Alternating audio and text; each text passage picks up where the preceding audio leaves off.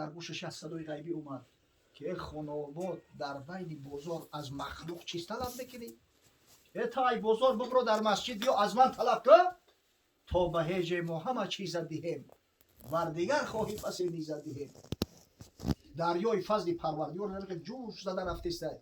افسوس صد افسوس که کارمون میغلطه پیش 100 مرد نامرد گردن کج میکنیم از پروردگار متعال طلب نمیکنیم. باشه مسجد رفته میگه خطیب گپ زده سه باید ترجمان داریم ولی زبان اردو کلمات فارسیش بسیاره به هر حال فعلش همش هم گلاگول هم هندیه کو یک ترجمان داره میگه ترجمه کرده است همون خطیب دعا کرده است ای پروردگار همین سه قطی کراسکادا نیاز داریم 2 کیلومتر یعنی میل چوره نمیاد چیزی که همین را برسون.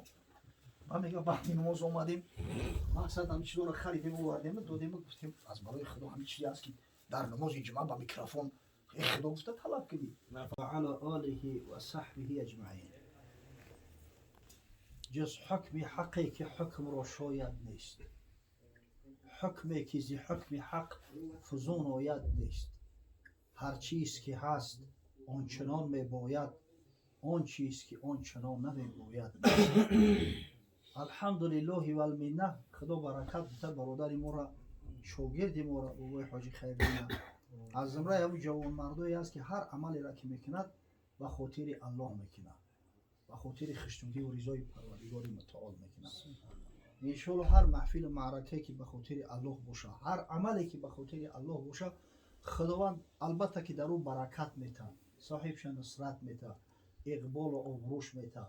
همین دسترخوان رو ببینه ماشاءالله هر طعامی که میارن ایش دل عزیزتره، ایش دل عزیزتره. و به خاطر الله که هسته انشالله مرده که دل نیتش که پاکه سویت مردگی گریان میشه، دل نیتش که پاکه الحمدلله آدمای خوب خونش مهمانی میآیند، دل نیتش که پاکه همون طباخورم خروک خیلی میپزن که ماشاءالله ای خوردنش سیر نمیشه. پروردگار از این بیشتر از زیادترش میتونه خداوند جمعی مراد و مقصوداش حاصل بودن. ماشاءالله این جوان مرد از همون بندهای شکرگزاری الله های خداوند فرزنداش هم مثل خودش مثل شکرگزاری واقعی پروردگار و کمال رسول. حقیقتا بنده همون به که زی تقصیر خیش عذر به درگاه خدا آورد، ورنه سزاوار خداوندیش کس نتواند که بجا آورد.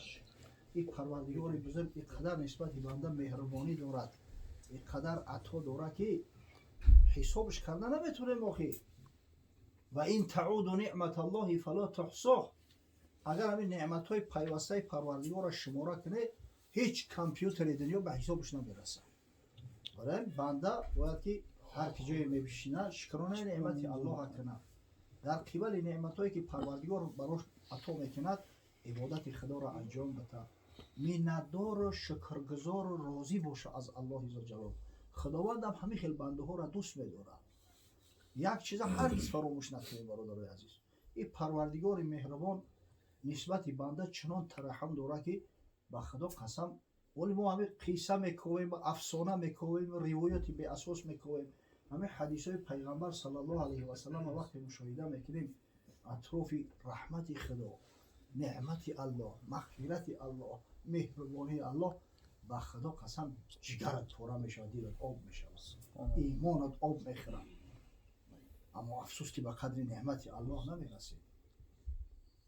حضرت امام بخاری رحمه الله تعالی در صحیح ترین کتاب بعد قرآن عظیم شان در صحیحش آورده است از راوی امت اسلامی حضرت ابو هریره رضی الله تعالی عنه، حدیث قدسی را که پیغمبر خدا صلی الله علیه و سلم گفت این الله تعالی قال، خداوند متعال چنین فرمود، بیشک الله چنین گفت من عادی ولیا فقط آذنته بالحرب.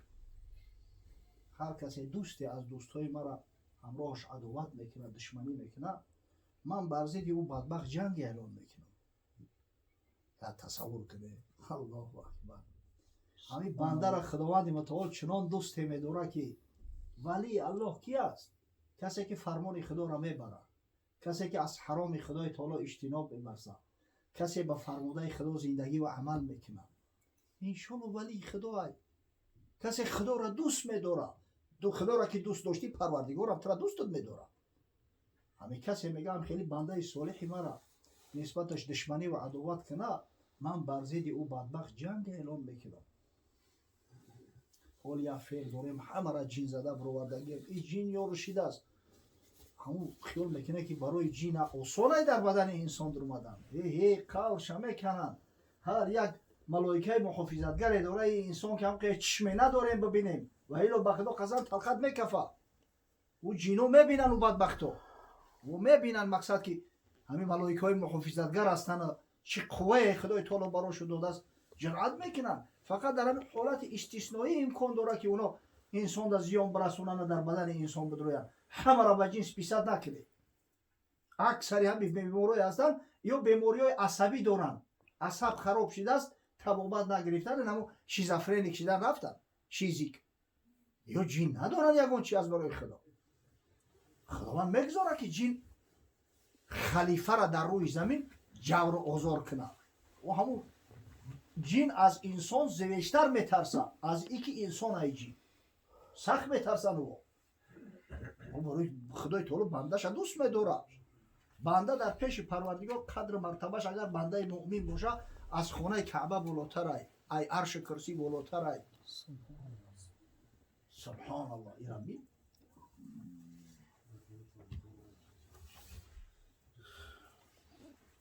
من عادالی ولیم فقط آذنته بالحرب.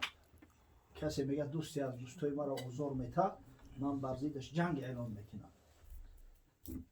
حضرت مولوی میگه من غلام آن که نفروشد وجود، جز بدان سلطانی با افزار جود. من غلام همون مؤمنی هستم که فقط در پیش خدا تعظیم میکنم، فقط خداوند متعال حمد ثنا میگه، فقط بندگی و عاجزیش در پیش پروردگار نشان میده. چون بگیرید آسمان گریان شود، چون بخندد چرخ یا ربخان شود. این خیلی آدم گریه کنه زمین و آسمان گریه میکنن قطیش. من غلام آن میسی همت پرست، کو بغیر کیمیا نامرد شکست. صدقه همون میسه میشم که فقط تسلیم کیمیا میشود و میش تسلیم کیمیا کشی طلا میشود، زری خالص میشود. دست بشکسته برآور در دعا، سوی بشکسته پرد فضل خدا.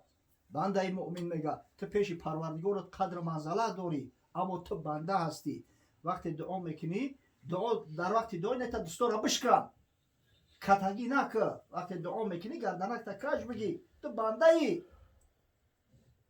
فضل پروردگار فقط سیل شکسته میروه. ذلت آدم ز اشکم بود و با، آن شیطان از تکبر بود و جا. انسان از ذلتش لغزشش آدم علیه السلام همین شکم نفس بود.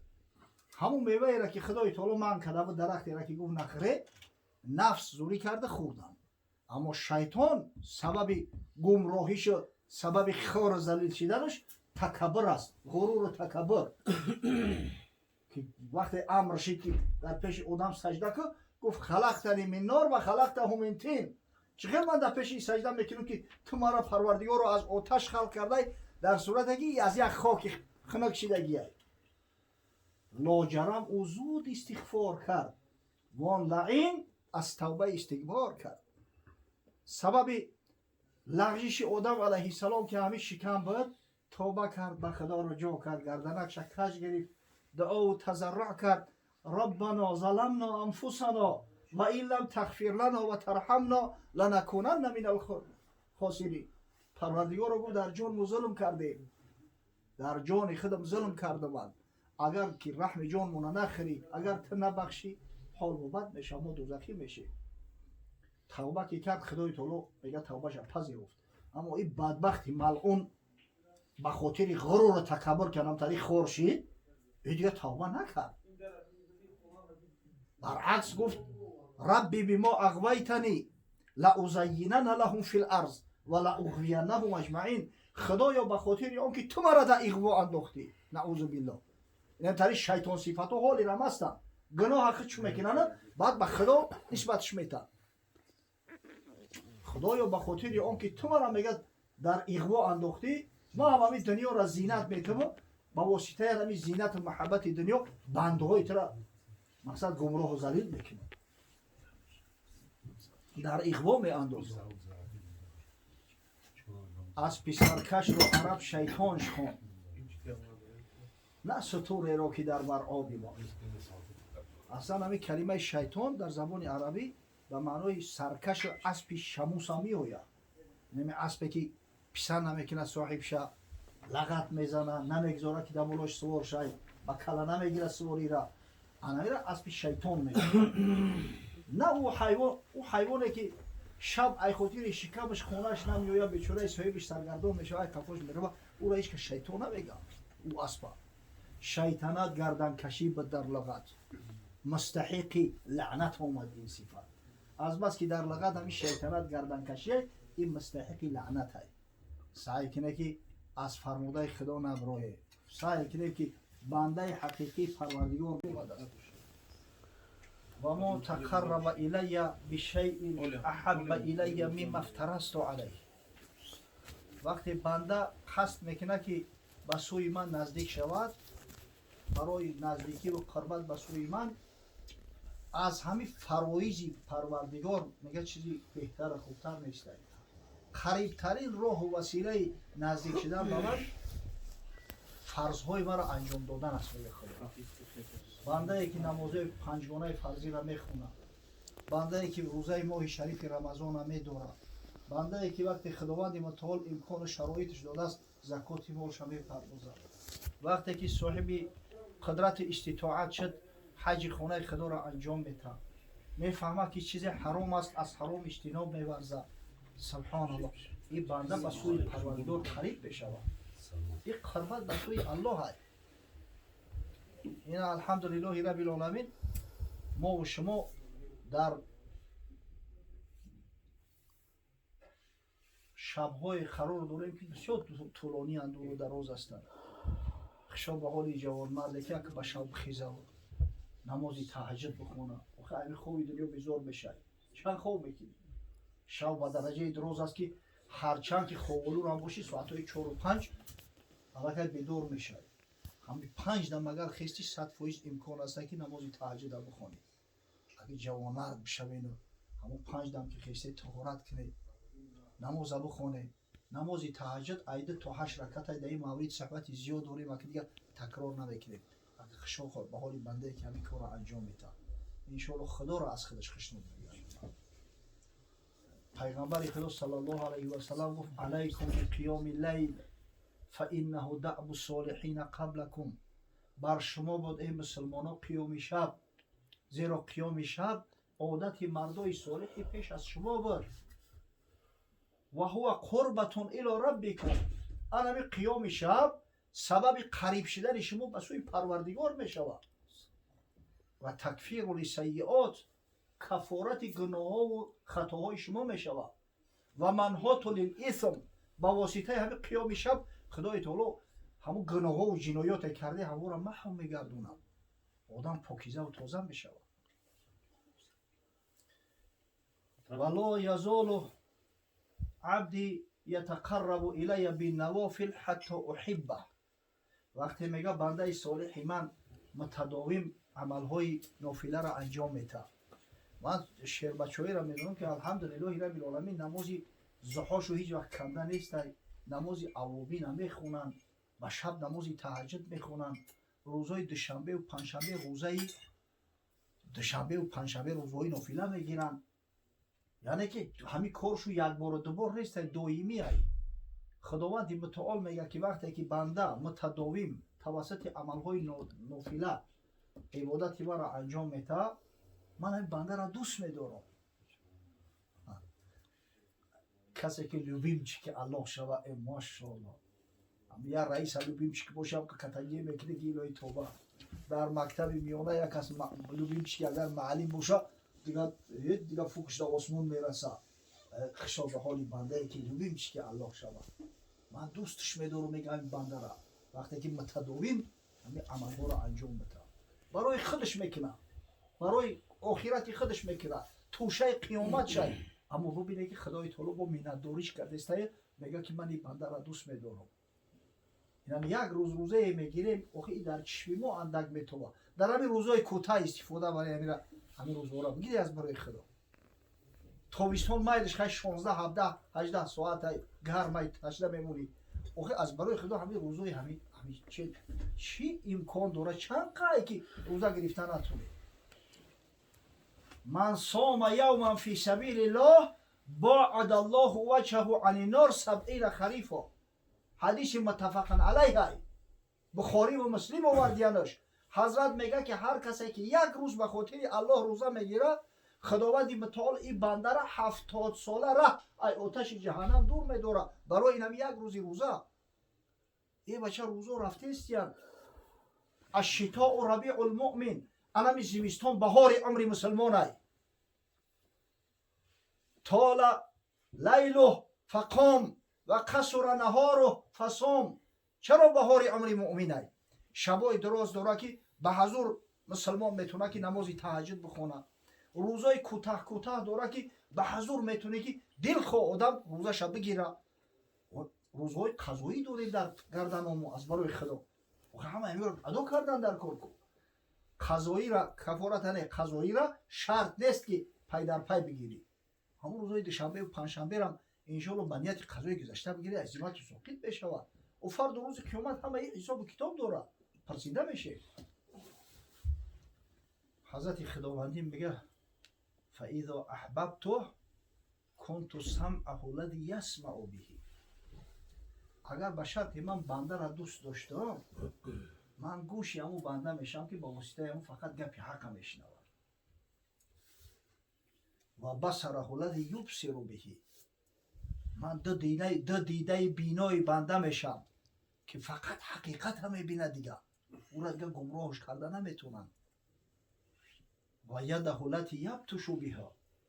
دستی بنده میشم که با او دست هر چیزی را میقپه یعنی هدایتش میکنم. و رجله التي یمشی بها. پای او بنده میشم که با او پا حرکت میکنه یعنی که هیچ کس را از هدایت پروردگار دیگه ذلیل و گمراه کرده نمیتونه. الله اکبر. ولا این سألنی لأعطینه. همین بنده میگه الله عزوجل اگر چیزی طلب کنه به مرادش میرسونمش عطاش میکنه. ولا این استعاذنی لأعیذنه. اگر از من پناه طلب کنه از شر هر ظالمی باشه البته که من پناه میتونم. سبحان الله. کسی را خدا پناه داد کی خورش کرده میتونه. الله به قدر نعمت خدا نمیرسید. حضرت شیخ عطار قصه میکنه صوفی میرفت در بغداد زود در میان راه آوازش شد. یک صوفی میگه در بغداد یا هر کجایی میرفت است ناخواست در گوشش یک صدا اومد. اون یکی گفت انگبین دارم بس میفروشم سخت ارزان کو کسی یا اصل فروش بوده صدا میکنه که بچه اصلی ارزان ده بیا ارزان میتون. این بیچاره گوش نبوده است. این شیخ وقتی اصل گفتن دهن شوک شد. پیش اصل فروش اومد. شیخ صوفی گفت ای مردی صبور میدهی چیزی به هیجه. اومد پیشش که جورا اصل گفت یک مقصد مایلم پیدا شد پول ندارم میتیم یک گل لیسک میتیم میدهی چیزی به هیجه. گفت دور تو مگر دیوانه ای ای بلحواس کس به هیجه کی دیه چیزی به کس. گفت تو سرت زده یه دیوانه ای چی. و من میگم ارزان میفروشمش کی گفتم که هم تا مفت خالی هوا میتو. حاطفه گفتش که صوفی درای یک دکان زین سو که هستی برترای تا به هیجه ما همه چیز دهیم. همین وقت در گوشش از صدای غیبی اومد که خانواباد در بین بازار از مخلوق چیز طلب میکنی؟ تا ای بازار ببرو در مسجد بیا از من طلب کن تا به هیجه ما همه چیز دهیم بر دیگر خواهی پس نیز دهیم. دریای فضل پروردگار که جوش زده رفته است. افسوس صد افسوس که کارمون میغلطه پیش 100 مرد نامرد گردن را کج میکنیم و از پروردگار متعال طلب نمیکنیم. نه باشو که خدای مزار خودش کفایت میکنه. اما سالایی که بازاری 82 گردان بود، یک برادر یک تاجیک بار میزد، ای پاکستان بار میزد، قصه کرد، گفت که یک روزی جمعه مسجد رفتیم در کراچی باشه، مسجد رفتیم، میگم خطیب گپ زده سه ما یک ترجمان داریم، ما زبان اردو کلمات فارسیش بسیاره، به هر حال فعلاش همش همون گلاگول همه هندیه کو، یک ترجمان داریم، میگه ترجمه کرده است، همون خطیب دعا کرده است، ای پروردگار همین سه قطی کراسکا نیاز داریم، 2 کیلومتر اینا میل چوراده اینم یک چیزی که همین را برسون. من میگم وقتی نماز آمدیم مقصد همین چیزا رو خریدیم و آوردیم دادیم و گفتیم از برای خدا همین چیزی هست که در نماز جمعه با میکروفون خدا گفته طلب کنی لوگوی کسبو میگیرم میتر ای او یا میل چای گفت من ای خدای خدا طلب میکنم، من با شما چیکار دارم؟ ای خدا طلب میکنم، خداوند توسط این شما میونه میرسونش. پیغمبر خدا صلی الله علیه و سلم میگه که همین بندی پاپوشی تا از خدا طلب کن. چه جای بایی میخ جای کراسکا و بندی پاپوشی اینا بندی پاپوشی چقدر داره؟ همین هم میگه حتی ای خدا طلب کنی. یعنی چیزی طلب کنه در حدیث قدسی اومده است. خدای بزرگ میگه که البته من با مرادش میرسونمش. با من پناه بیاره من پناهش میدم. و حضرت خداوندی عجیب یک سخنی را گفته است سبحان الله که همین نشانه محبت پروردگار با همین بنده هاش است. حضرت میگه و ما ترددت عن شیء انا فاعله تردد عن نفس المؤمن. حضرت خداوندی میگه من در انجام هیچ کاری ددیله نمیشم مگر در گرفتن جان مسلم. یکره الموت. این مسلمان هم که جان دوست میداره که همین اگر یک برای یک دیاگرز بونن که کسری رکی دیگه دنیای روشن در چشم تاریک میشه. و انا اکره اساءته. من نمیخوام که این بندم بترسه. غمی همین را نمیخوام که بیچاره همین دل شکسته شود. اما علاج دیگه نیست اخی. تا وقت جان قبض نکنن از کجا به اون مرتبه و منزله میرسی؟ تا وقت خونه ویرانه را خونه نیمکلاه چپه نکنن ایگجا در جای او قصر میسازن. تا وقت زمین شدگار نکنن ایگجا اون حاصل میته و زرع میبروره. علاج دیگه نیست. این مرگ حقه. کودک همی قریه داره جگر صد پاره میشه فرزنده میراید می قپیش بوکی دختر و کولش کنه. هو بروی میدونی که با منفعت شد. همون مرد هم همون ساعت با منفعت مؤمنه. همون نمیفهمه مؤمن زیق میشوه. خداوند میگه در همین کار با من تبدیل نمیشم که بنده من زیق شده است. این خیل پروردگاری بزرگ داشته باشه و با قدر نعمت خدا نرسیم. الله. گفتم منم اهل خطا، گفتی که بخشیدم بیا. دعا کرد میگه پروردگار من خطاکارم، در جواب گفتی که بنده بخشیدم بیا. گفتم شکستم توبه ها، گفتی که بخشیدم بیا. پروردگار من یک توبه شکنم، هزارها بار توبه کردم و با همون کاری نادرست با انجام دادم، با میگن ادعا کردی که ای بنده بخشیدم بیا. گفتم که ای ستاری من، ای حضرت غفاری من بر خودم کردم جفا. گفتی که بخشیدم بیا. خدایا ای پروردگار ستار گناهما پوشاندی. آخه مقصد که عمر زیدیم نه که من شرم دارم، این همین خجالته که تو دیدی و من کردم، همین را چیکار کنم؟ آن شرم که دیده است که کردم چی کنم؟ در جواب میگه پروردگار گفتی که بخشیدم بیا، بخشیدم بنده بیا. گفتم زی خوبی خالیم، من دانه پوشالیم، بنگر تهی دستم خدا. گفتی که بخشیدم بیا. ای پروردگار میگه برای روز قیامت من توشه نگرفتم، من یک دانه خالی بودم. ولی مسئله کسایی که نماز پره نمیخوانن، روزه را به زغزق بقبق به مینت کردن میگیرن، مسئله او مسئله شخصی را میمونن که همه یک خلطه چورمغز جمع کرده، یعنی چورمغزو هم پوچن مغز نداره، دانه پوشالیشون هم دانه بی مغزه. اما گفتی که بخشیدم ای بنده بیا.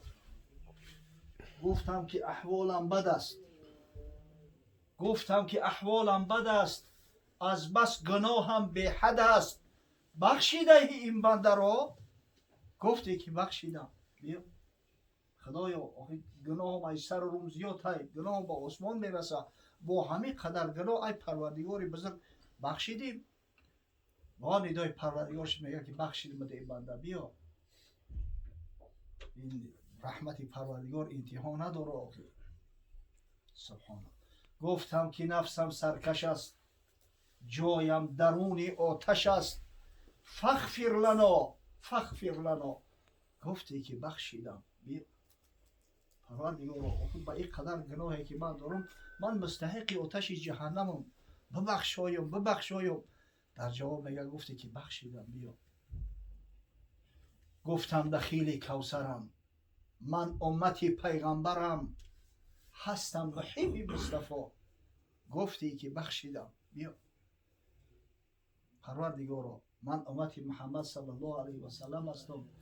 پیشوای ما محمد صلی الله علیه و سلم امتوش بشارت داده است که در نزد حوض کوثر همه تا سیراب میکنم. در همون حالت یا همون دهشت طلب شفاعتون میکنم. من عاشق محمد صلی الله علیه و سلم هستم. پیغمبر صلی الله علیه و سلم بشارت داده است که المرء مع من احب، هر کس همراه محبش حشر می شود. گفتی که بخشیدم. بیا گفتی که تو امتی حبیبی من هستی، گناهات بخشیدم. بیا من خدا کنه که همین ندای پروردگار همیشه در گوش ما باشه. این خدای بزرگ واقعا بسیار بزرگه، رحمت پروردگار انتها نداره. لو اخطأتم حتی تبلغ خطاياكم السماء ثم تبتم لتاب علیکم. حبیب دلها محمد صلی الله علیه و سلم بشارت داده است اگر به حد خطا و گناه کنه که تا به آسمان برسه، صدقاً توبه کنه، پروردگار بزرگ گناهاتون میبخشه. خداوند محفل مونه محفل خیر بگردانه و حاج خیرینه خیری کثیر نصیب روزیش بسازه، هم در خانه و درش، هم در عمر جانش، هم در اهل خاندانش، هم در کسب و کار و زندگیش، هم در دوستا و رفیقاش. و پروردگار عمل کردن و فرمانهاش و دستورات حبیبش محمد صلی الله علیه و سلم از برای شخصایی که دعوا میکنن که الحمدلله مسلمان هستیم، الحمدلله امتی محمد صلی الله علیه و سلم هستیم، نصیب روزی بگردانه. آمین یا رب العالمین.